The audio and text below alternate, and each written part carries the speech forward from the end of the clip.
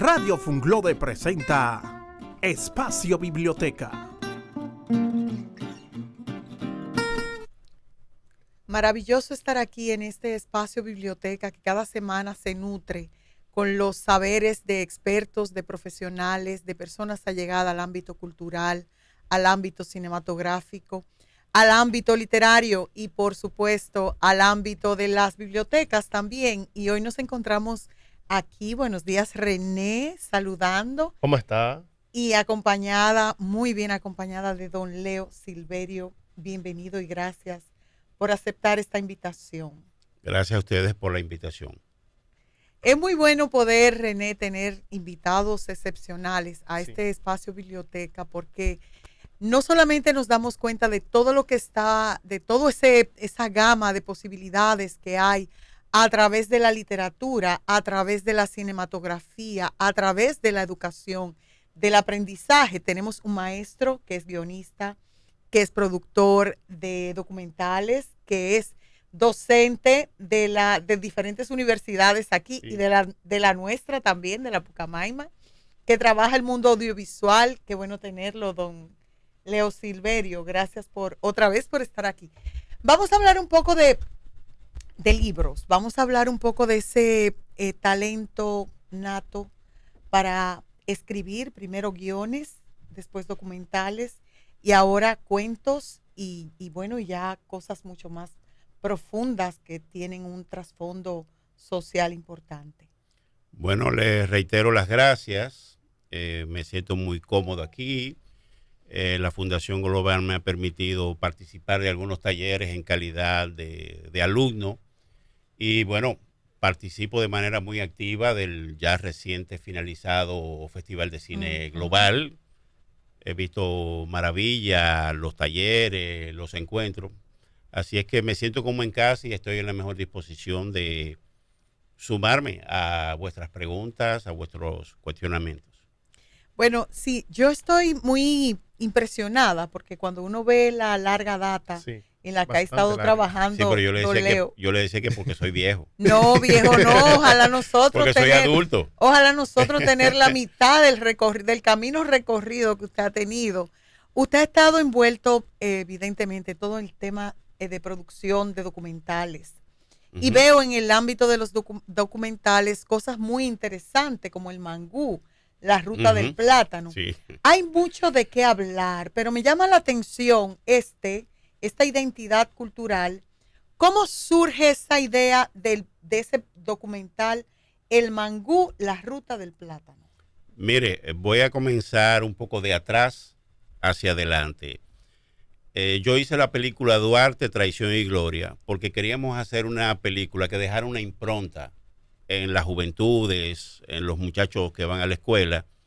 Y entonces, la parte documental que siempre me ha llamado mucho la atención, el año antes pasado hicimos un documental que se llama Artesanos, Ingenio de Manos, destacando las posibilidades que tienen nuestros artesanos, su desarrollo artístico.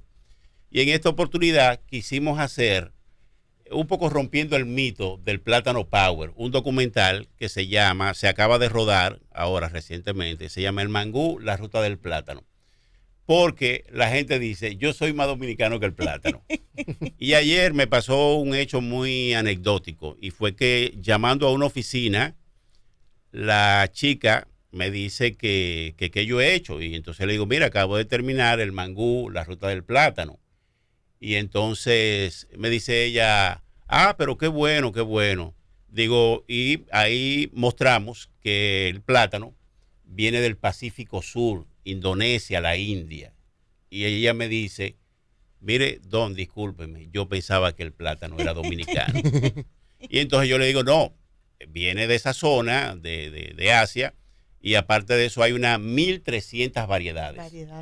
Pero quisimos sí mostrar un poco el mito del plátano power, las recetas de las abuelas, el plátano pasado por caldero, el mangú.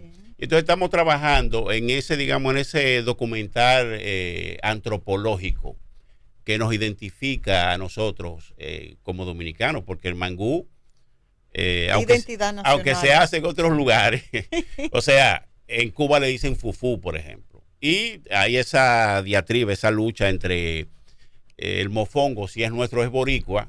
Yo creo que es puertorriqueño, pero bueno, aquí también hacemos muy buen, sí, aquí también hacemos muy buen mofongo. Muy bueno.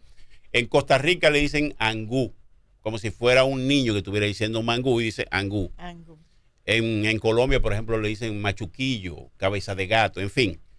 Pero queríamos, insisto, dejar esta impronta de este documental, que la gente conozca un poco la identidad nuestra, los plátanos barahonero, que son más grandes que los plátanos cibaeños, pero los cibaeños dicen que los cibaeños tienen un poquito más de gusto. Que los otros son más suaves. Que los otros son más suaves, más inocuos, los barahoneros. Y entonces trabajamos un poco todo ese concepto antropológico. Es como, y también como tener ese recorrido culinario, esas diferentes formas de consumir el plátano, porque la verdad es que el plátano es y ha sido siempre una identidad nacional. Absolutamente. Tú con un plátano lo puedes hacer de 1000 formas, pero lo disfrutas de todas las formas que puedan ser. Los tostones, el plátano maduro, el plátano frito. Como usted quiera, cae bien el plátano, bien, porque eso está dentro del ADN criollo. Sí, totalmente. Y un dato que también es relevante para nosotros en este documental es cómo los chefs internacionales, la gente que entiende que lo de nosotros no es bueno o no es tan bueno como lo de afuera, cómo los chefs internacionales de las diferentes cadenas de hoteles se dieron cuenta del atractivo, no solamente como plato, como puré, sino también de los nutrientes que tiene el plátano. Claro. Y han hecho de eso también. Ahora tú puedes comer en un hotel de eso de alta gama, puedes comer conflé, puedes comer no sé qué, crepe o crepé francesa, pero también está el mangú y la gente, los turistas, los turistas locales, internacionales, van por el mangú. Ahora, usted que hablaba de varios países, veo que en su biografía ha visitado varios países. Así es. ¿Ha tenido la oportunidad usted de probar el mangú en esos países? No. Tú no vas a salir de aquí a comer mangú fuera. No, pero no por eso, me gustaría, porque aparte de eso, a mí me gusta cocinar, a mí me gusta la cocina. Entonces, yo estuve en un lugar que se llama Santa Cruz de la Sierra, en Bolivia, estaba haciendo un curso de guión, por cierto, y veo que en el menú no hay arroz. Entonces le digo al chef que estaba ahí, le digo, mire, ¿y habrá arroz alguna vez? Dice, él no está puesto, pero lo vamos a hacer. Era un taller larguísimo, como de 21 días. En el día número 14, que ya a mí se me había olvidado, dice el chef, mire, hoy tenemos arroz. Hoy tenemos arroz. No, que uno tiene ese arroz difícil. Pero ahora viene el chiste. Cuando yo probé ese arroz, no sabía igual. No, era algo así como si fuera un asopado. Y entonces tenía pasas, como si fuera un arroz con leche. Ay, Dios mío, no me haga eso. Y yo no pude. Con pasa blanco. Exacto, yo no pude comerme. Pero mire, eso suena interesante. Yo no pude comerme ese dichoso arroz con leche. Pero bien cocinado. Exótica. Bien cocinado. Claro. Pero sí tuve la oportunidad de viajar con el señor presidente de ese entonces, el doctor Leonel Fernández, y su distinguida esposa, la primera dama, la doctora Cedeño, en ese momento Cedeño de Fernández, y fuimos a la India, fuimos a Bollywood, el mundo del cine en Mumbai, y sí, como buen comilón que soy, y como me gusta la cocina, probé platos típicos de la India. Yo donde quiera que voy pruebo, pero no he probado mangú en ninguno de esos lugares. No lo han puesto. Sería interesante probar el mangú en esos lugares, a ver cómo lo hacen, porque una vez, como usted decía, el arroz cuando se lo llevaron, dice, wow, por fin mi arrocito. Y cuando ven el arroz, apatado cuando viene a ver. Qué decepción. Pasa. Fíjese, yo quería así hablar un poquito de esa identidad criolla, el plátano. Pero también estamos en el mes de la patria y usted comenzaba diciendo que iba a comenzar de atrás para adelante, hablando del documental Duarte, Traición y Gloria. Cuando nosotros estudiamos a Duarte y vemos, por ejemplo, el poema del proscrito o el otro que se llama, que son poemas patrióticos, vemos y nos preocupamos por ese Duarte leal a la patria, aún en su momento más crítico, y esos debates que surgen a propósito de que si Duarte traicionó o no traicionó, que si Mella y Sánchez fueron traicionados por Duarte o viceversa. Y veo que usted tiene aquí justamente Duarte, traición y gloria. ¿Cómo desde esa perspectiva documental usted selecciona eso que va a ser parte del guión de una producción audiovisual, cuando la vida de una persona es tan profusa y tan amplia? Nosotros nos reunimos, Agustín Cortés, co-guionista, Andrés Quesada, productor, nos reunimos en el 2012. En el 2013 se cumplían 200 años del natalicio de Juan Pablo Duarte. Y queríamos, como les reiteré en principio, hacer una película que dejara un legado. Esto es una película, más que un documental, sí, okay, con actores. El Duarte viejo, el Duarte de la postrimería de Venezuela, lo hizo el gran actor Iván García. Y el Duarte joven, o el joven Juan Pablo, como le llamaban algunos amigos, sus familiares, lo hizo Josué Guerrero. Okay. Es una película en donde interpretamos algunas cosas porque no aparecen. Por ejemplo, es como si fueran los tres mosqueteros y D'Artagnan. O sea, ni Mella ni Sánchez eran trinitarios. Ellos se añadieron después. Entonces eso los historiadores no explican cómo se mezclaron. Primero porque Mella vivía en San Cristóbal, era coronel del ejército haitiano, y en el caso de Sánchez era hijo de Narciso el Carnicero, es decir, que no correspondía socialmente al grupo de Juan Pablo Duarte, Juan Isidro Pérez, José María Serri, ese grupo. Entonces, eso debimos de alguna manera de construirlo como ficción. Pero lo que queríamos sí dejar es lo siguiente.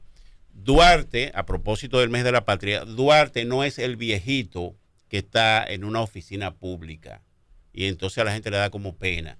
No, Duarte cuando hizo la independencia tenía 31 años. Era un hombre sumamente joven, lleno de vitalidad. Cuando fundó la Sociedad Secreta de la Trinitaria, era un muchacho con 26 años. Y entonces la filantrópica, la dramática, que eran obras de teatro con algún mensaje nacionalista, patriótico. Un poco eso era lo que queríamos vender.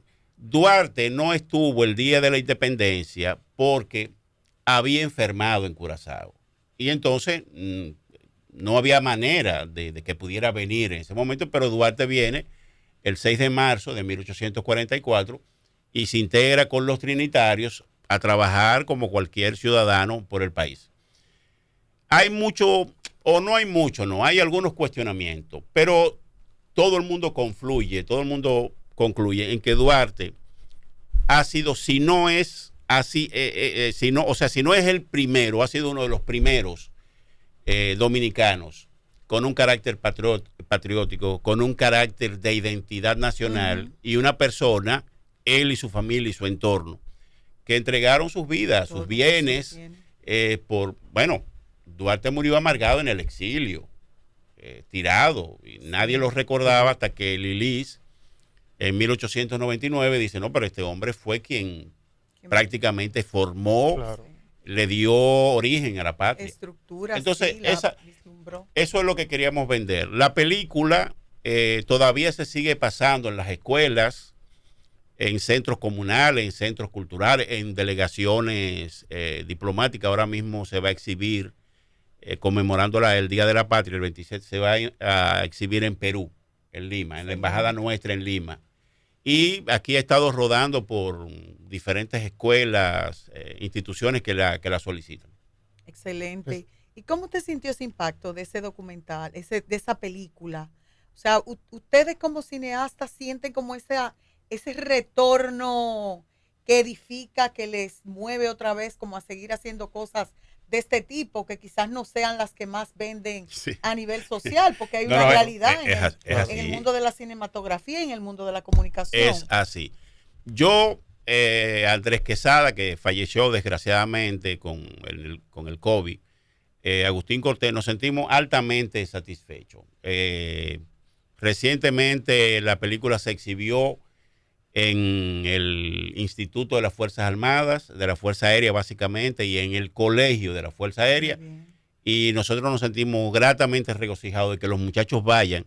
Y no estamos diciendo una verdad a través de la película. No, estamos planteando, y la recomendación es que los profesores de historia, de ciencias sociales, vean la película con sus alumnos y hagan un cineforum que permite una reflexión. Mire, eso, la historia dice que eso fue así. Eso se lo inventaron esta gente, eso no fue así. Pero que haya una, digamos, una experiencia, que se quede la idea, como me decía un niño en el Babé, que me decía, pero mire, yo no sabía que Duarte era joven cuando hizo la independencia, yo pensé que era un viejito. Digo, no, esa es la idea, de que la gente vea que Duarte tuvo una niñez como usted y que usted luego va a ser un adulto quizás parecido a Juan Pablo Duarte. Esa es un poco la idea de la película. Que recientemente yo participé en un conversatorio con Euris Cabral, de joven, un conversatorio juvenil que había, y él hablaba precisamente de eso que usted toca, Leo, que era de la parte de que nosotros no nos olvidamos de que Duarte fue joven y que hasta alcanzar la independencia fue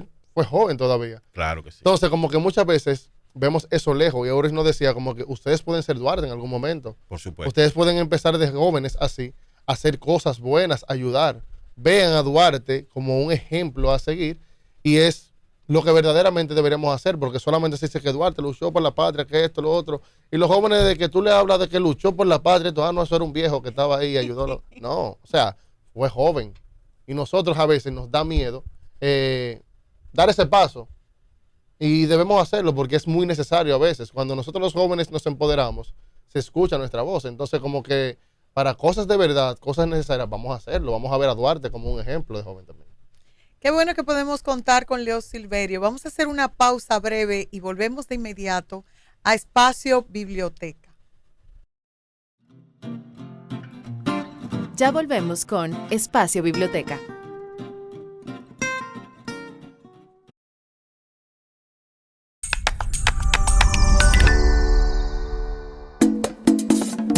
El Diccionario Cultural Dominicano nace como una iniciativa de Jimmy Sierra y la Fundación Global Democracia y Desarrollo, y llega como respuesta a las inquietudes culturales de los dominicanos y de los demás ciudadanos del mundo.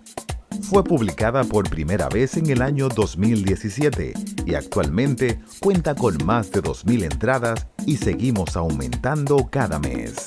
En sus dos versiones, tanto la virtual como la física, incluye las artes, la cultura y el folclor dominicano.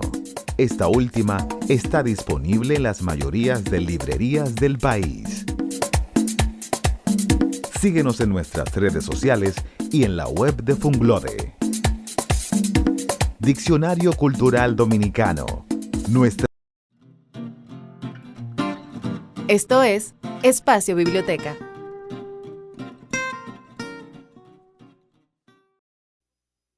Seguimos en Espacio Biblioteca disfrutando de la experiencia y disfrutando del saber de Leo Silverio.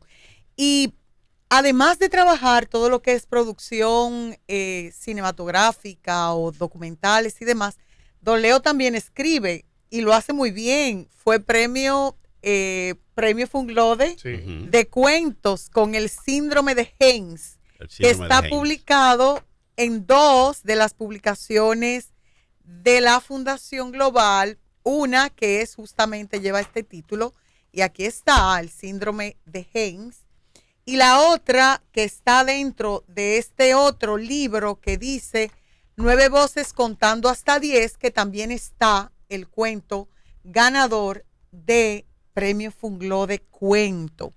Hábleme un poco de ese síndrome de Haynes.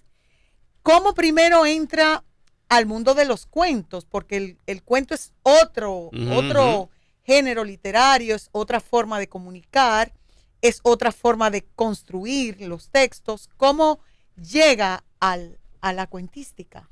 Bueno, cuando yo pensaba que el comunismo iba a salvar el mundo, hace ya muchos años de eso, no se ríen, que esto es serio. Yo pertenecía al grupo, o pertenezco más bien, porque no se ha desintegrado, al grupo literario Juan Sánchez Lamuth. Ah, sí. Ese grupo literario cumplió recientemente 40 años de fundado. Por ahí pasó todo el vivo a darnos charlas, a darnos orientaciones a leer sus libros, y tuvimos el privilegio de que el profesor Juan Bosch fue uno de esos visitantes.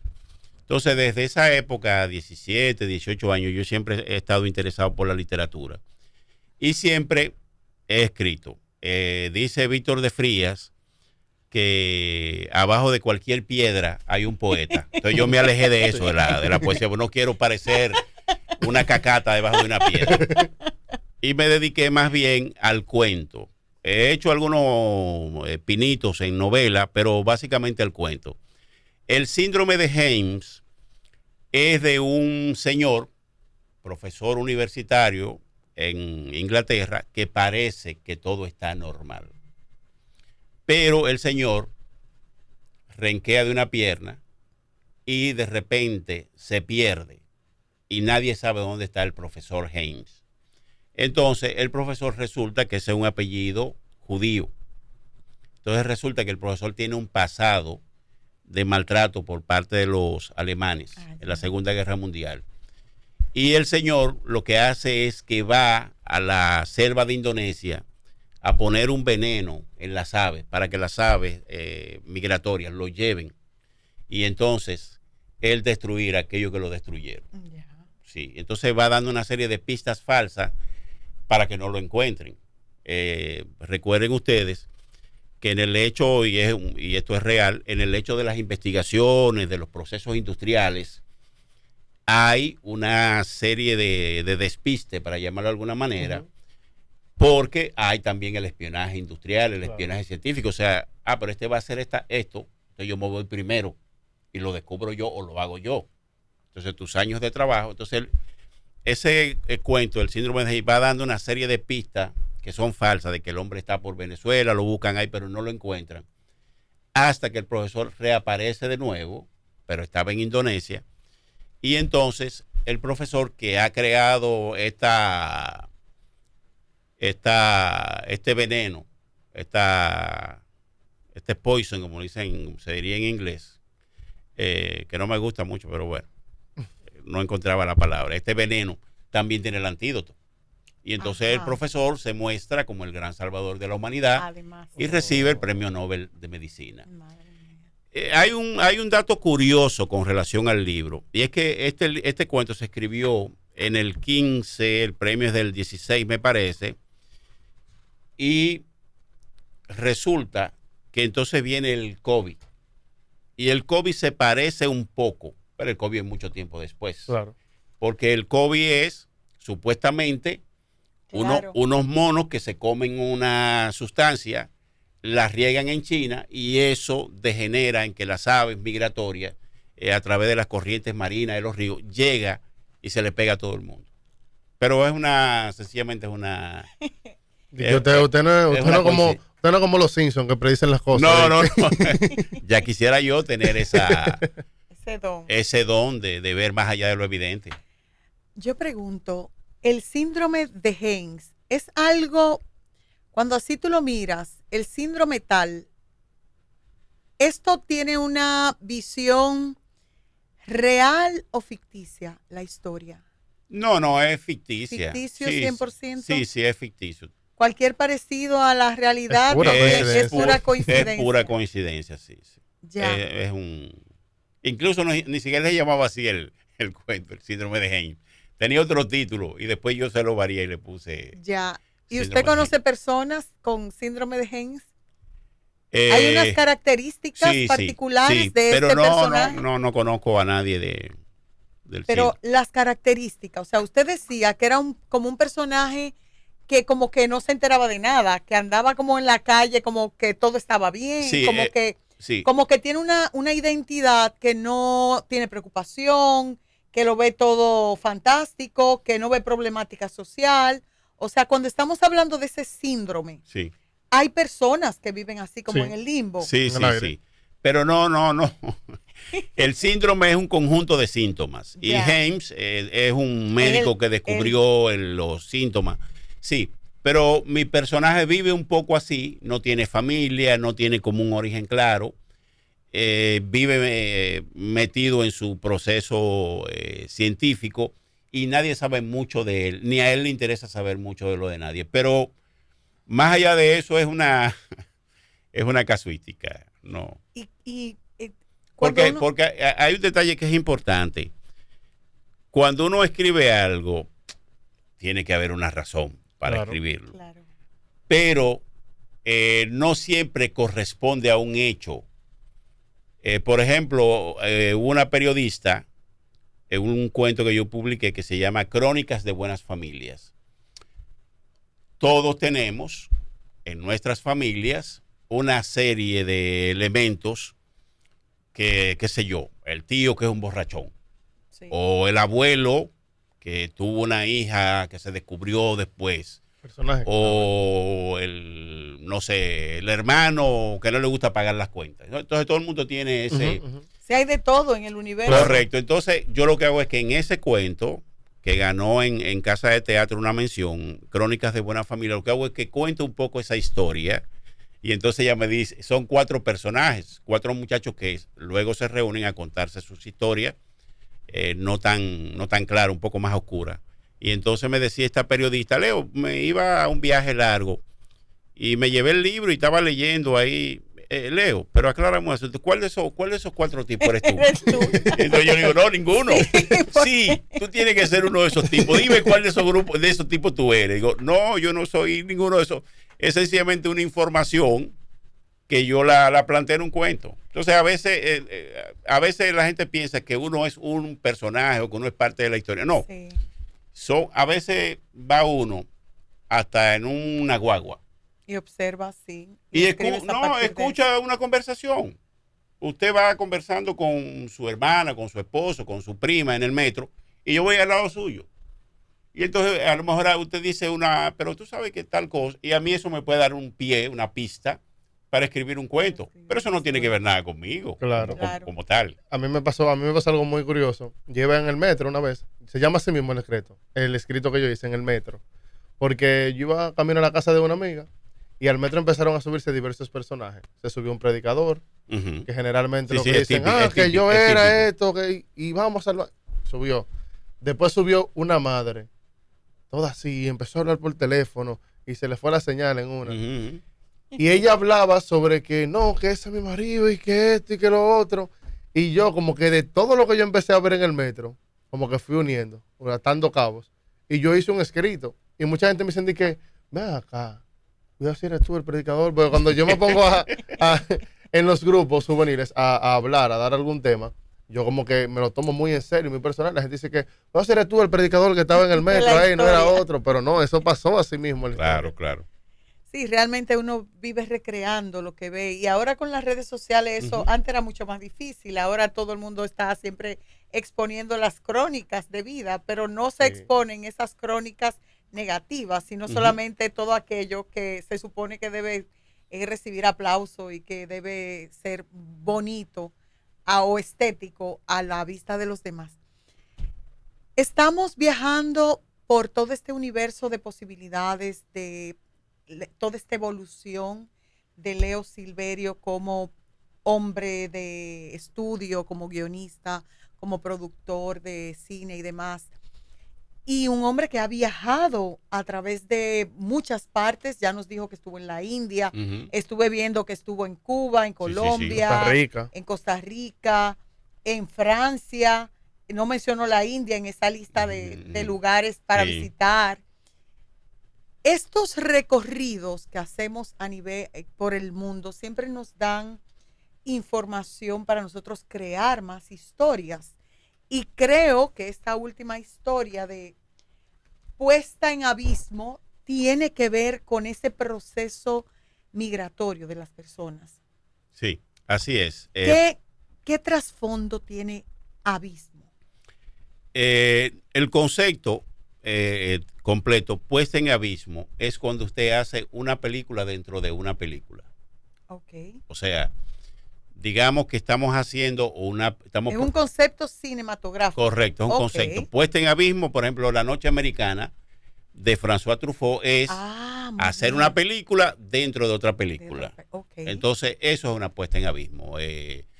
Carlos Saura tiene una película que se llama Tango, que es la historia de un productor que está haciendo una película sobre el tango, pero ese productor que está con los actores, con los bailarines, está siendo también filmado. Entonces, eso es una puesta en abismo.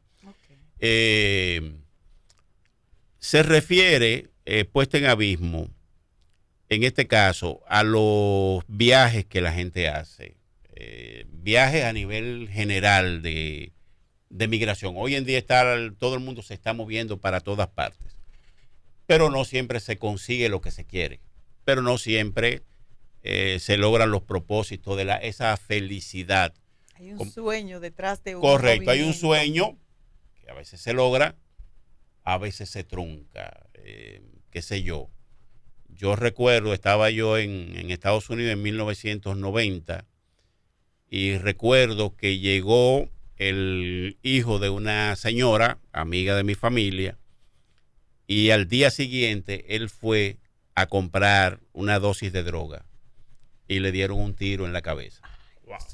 Entonces es una historia oscura, trágica. Una tragedia, sí. Pero bueno, ese muchacho lleno de vitalidad, 18 o 20 años, fue detrás de su sueño de estar ahí con su mamá, su padre, en ese hecho de residencia, y no lo logró. Hay gente que va y dice, voy a durar aquí 20 años trabajando, y resulta que se gana la loto y regresa 6 meses después a su país a instalar un pequeño negocio a levantar un edificio y vive de eso.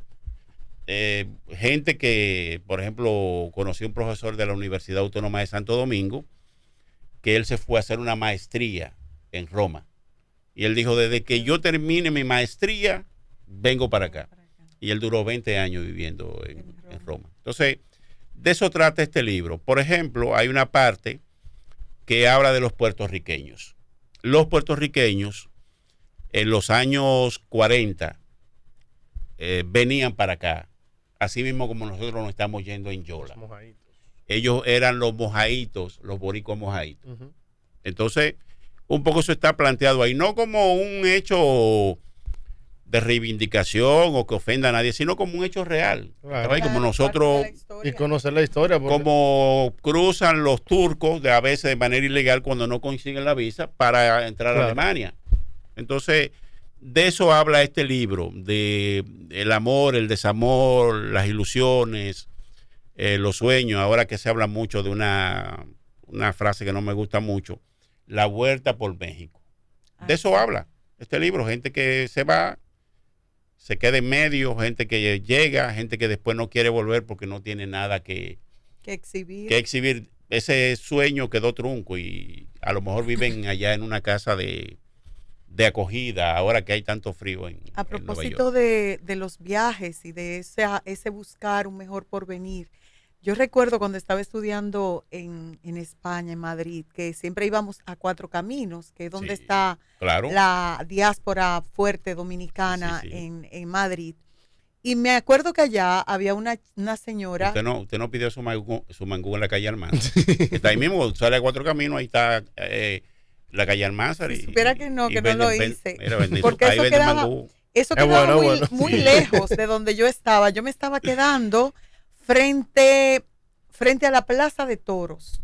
Ahí yo vivía con una colaboradora de nosotros. Toros en Las Ventas. En Ventas, exacto. Ventas, sí. Entonces, yo iba a Cuatro Caminos a arreglarme el pelo, porque ahí era que estaban todos los salones de dominicana y demás. Claro, esa es la calle Almanzar. Y me encontré con una dominicana que tenía 20 años sin venir al país. Y ella me decía con un orgullo muy profundo de que todos los meses ella enviaba esa remesa para sus hijos aquí. Y yo le decía, pero ¿qué propósito tiene irte de tu país, dejar a tus niños pequeños, regresar 20 años después cuando tus hijos no han venido a España, tú no lo has visto más? Son 20 años, en aquellos días no habían esos teléfonos con videollamadas y demás. Claro que no. Entonces la verdad es que es un precio muy alto el que tú tienes que pagar buscando esa mejoría.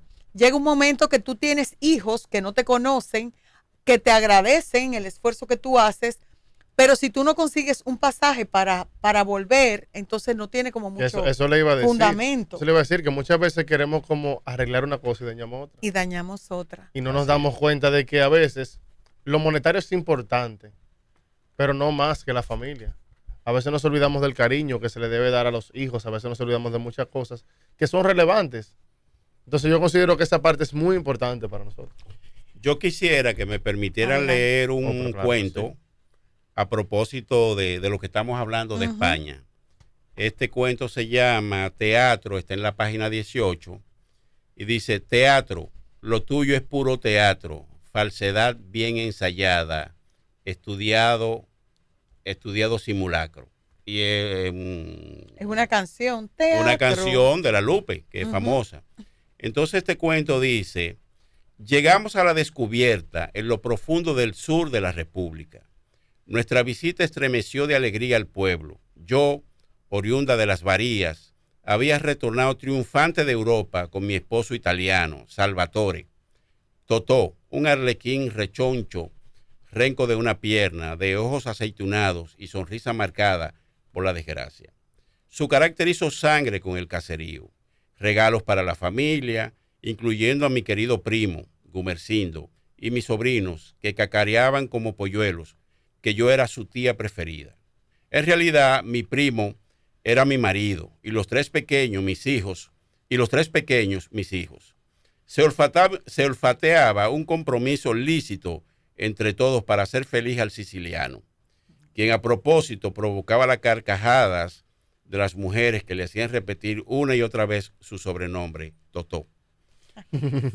Eso es muy común aquí. Sí, eso es muy típico, que nuestras mujeres se van al exterior y entonces no están casadas, evidentemente, con su cónyuge, pero sí tienen familia y tienen algún compromiso venial.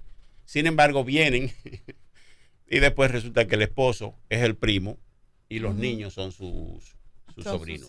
Y todo el mundo lo acepta normal porque es la realidad de, como tú dices, de mantener esa famosa remesa que debe llegar para soportarnos un poco.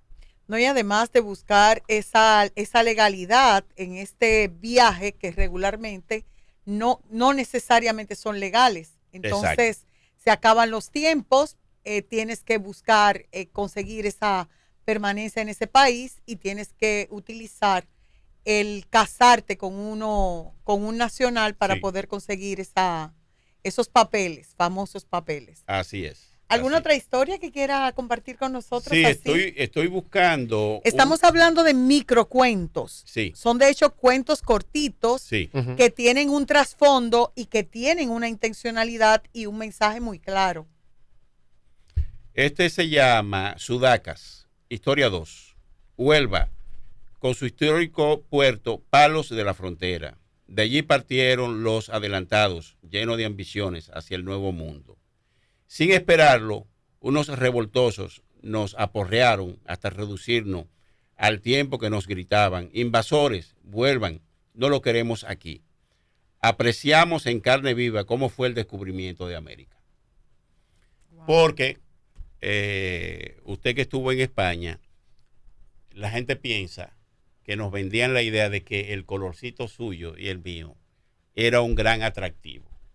Entonces, resulta que cuando llegamos hasta allá, nuestro color puede resultar atractivo para alguien o no para unos pocos, pero no para las mayorías. Yo estuve en el 98 haciendo un posgrado en España. Yo vivía en Plaza Callao, en Preciados 25. Y yo me montaba en el metro.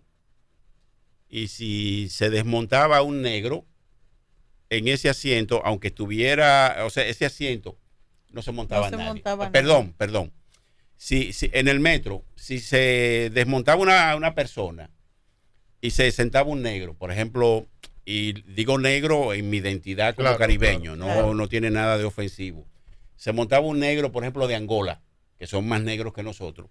Se montaba y quedaba un asiento vacío, nadie se sentaba al lado. Es cierto. Yo regularmente me sentaba, incluso saludaba y la gente quedaba un poco como, sí, Bueno, pues no, es que no estamos esas sociedades son sociedades un poco grises, son un poco que como que no tienen nada que vivir, nada que soñar, y lo digo con toda responsabilidad. Y entonces yo me sentaba al lado, digo, hola, ¿cómo está usted? No, y ellos se sorprenden y miran para no, era él que se encontraba. Y mira para todos lados. Hola, ¿usted cómo está? Digo, bien, ¿qué tal? ¿Tiene mucho tiempo aquí en España? Sí o no. Porque no hay un cierto desprecio, sí, que es lo mismo, y hay que decirlo con toda responsabilidad también, y no estamos en el hecho político y no estamos hablando de literatura y de cine.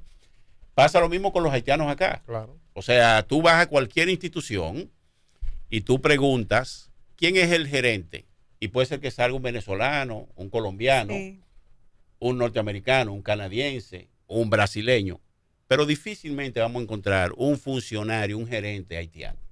Regularmente el haitiano está reservado para la cotidianidad de los plátanos, de la berenjena, del aguacate, o en la construcción, o en esa misma construcción, como portero, como celador. La limpieza. Sí. Entonces, también es parte de las sociedades que cuando entienden que alguien es inferior, término que tampoco me gusta usar, inferior, superior, pasan esas cosas. Yo estuve en la Fundación Konrad Adenauer en Costa Rica y entré a comprar unos souvenirs para mis hijos, ya venía de regreso, y entró un señor que estaba antes que yo, y entonces me dice la señorita, cuando me ve que yo entro, me dice, caballero, ¿en qué le puedo servir? Digo, no, el señor está primero que yo. Y ella entre los dientes me dice, no, ese nicaragüense, ese no va a comprar nada, dígame, ¿en qué le puedo servir? Cada sociedad engendra como su inferior y su superior. Uh-huh. El problema en Costa Rica son los nicaragüenses, que son supuestamente inferiores a ellos. En España somos nosotros, pero España a su vez es el inferior de los franceses, por ejemplo. Y en Alemania el inferior son los turcos. En fin.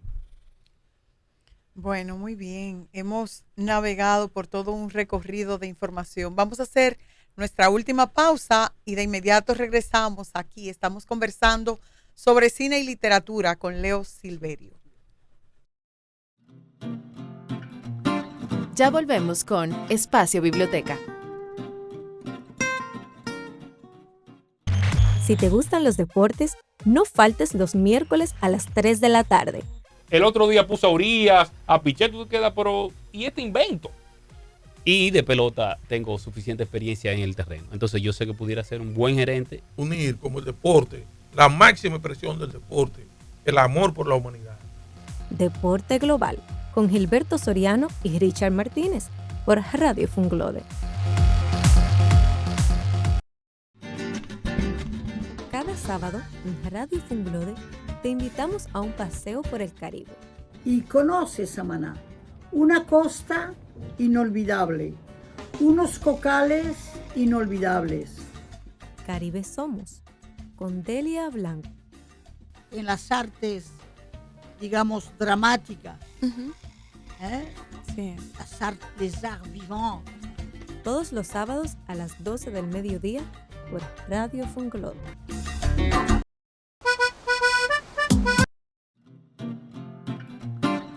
Esto es Espacio Biblioteca.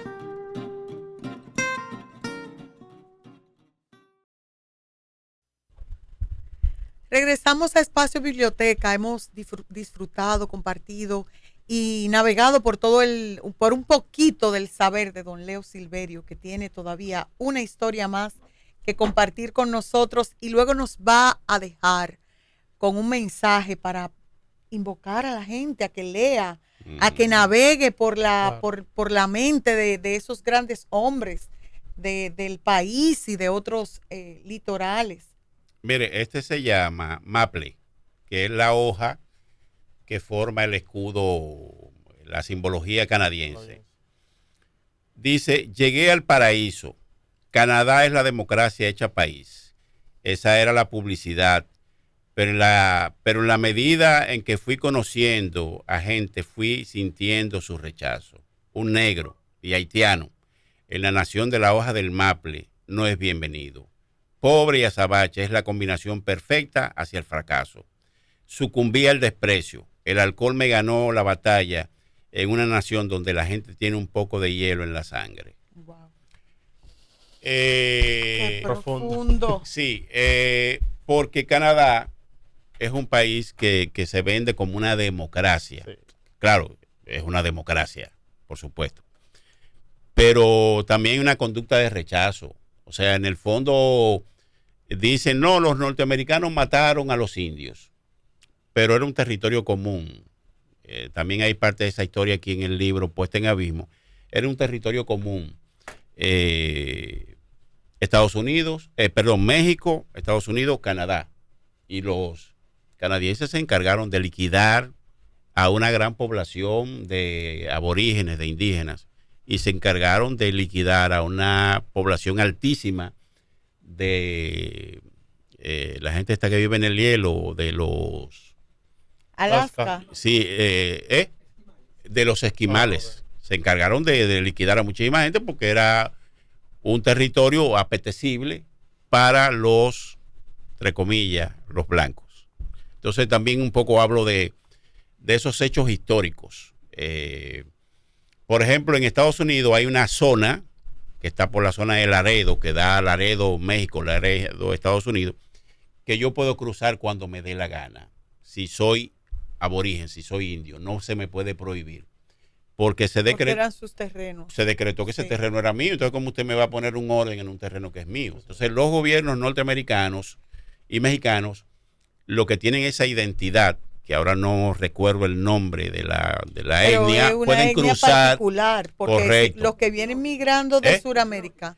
Creo que pueden ser los Cherokee, sí. Los que vienen migrando de Sudamérica, también hay una migración indígena de Sudamérica. Correcto. Y si cruzan por ahí, probablemente no tengan oportunidad de hacerlo. No, sí, tiene que ser de esa zona, de Laredo, okay. Que pueden cruzar sin necesidad de pedirle permiso a nadie. Y las autoridades lo saben. Claro, siempre hay ojo avisor para que no se vaya a colar un dominicano o un cubano disfrazado de hay de todo. Claro que sí. Yo le tengo una última pregunta antes de que Leo Silverio nos dé la recomendación final para los jóvenes. Guionista, escritor de libros, productor de televisión. ¿En cuál de esas facetas usted se siente más cómodo? No le digo cuál le gusta, porque las ha hecho, porque les gusta. Entonces, ¿en cuál usted se siente más cómodo de todas? Mira, para serte honesto, a mí me gustaría que me recordaran como un hacedor de película. Ni siquiera como cineasta. Sí, porque es mi oficio y es mi pasión. Y entonces yo quisiera, qué sé yo, 5, 10 años, 15 años después, fulano murió. Ah, sí, pero él hizo tal película, hizo tal documental, y me recordaran por eso. Más que como escritor, porque esto de escritor es como una afición, es como un deleite, realmente. No lo hago de manera profesional. Deleitarse en la escritura requiere de lectores. Por supuesto. ¿Por qué leer para cerrar este espacio biblioteca?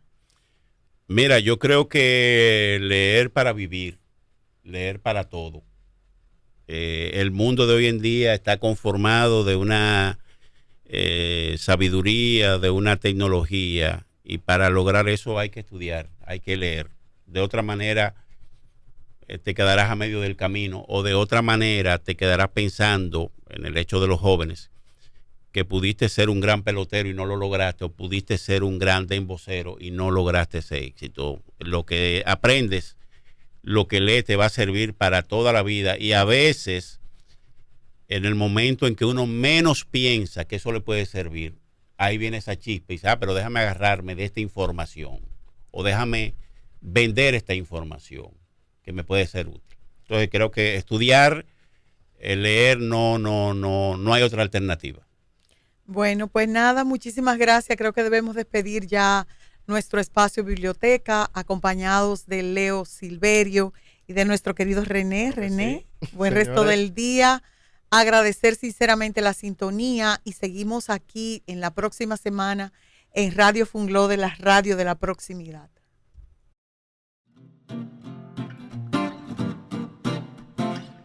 Radio Funglode presentó Espacio Biblioteca.